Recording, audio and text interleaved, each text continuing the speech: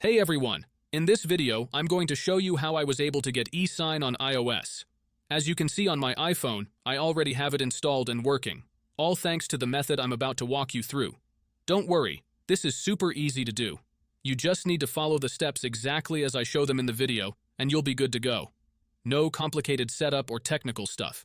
By the time you reach the end of this video, you'll be using eSign on your iPhone without any issues.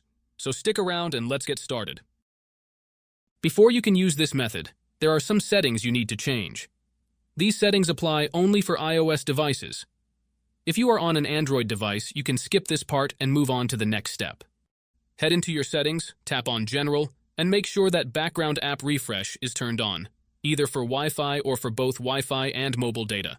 This ensures the app can run smoothly in the background. Next, swing by your battery settings and switch off low power mode. This feature can slow down your device, which we definitely don't want happening. With these two settings tweaked, you're all ready to move on to the next step. What you need to do next is open up your internet browser, in my case it's Safari, and go to the website called pluginelite.com.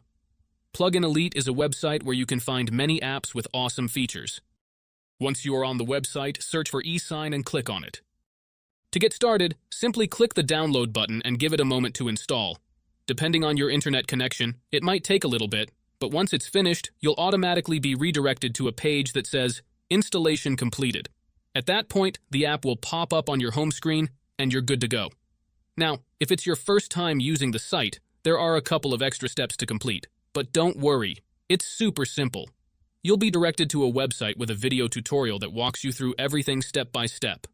All you need to do is install a couple of apps from the App Store or Play Store, depending on your device. These apps are completely safe and secure, so there's nothing to stress about. Just follow the instructions, and you'll have no trouble at all. So, that's it guys. If you enjoyed this video, make sure to leave a comment, like, and subscribe. Thanks for watching, and see you next time.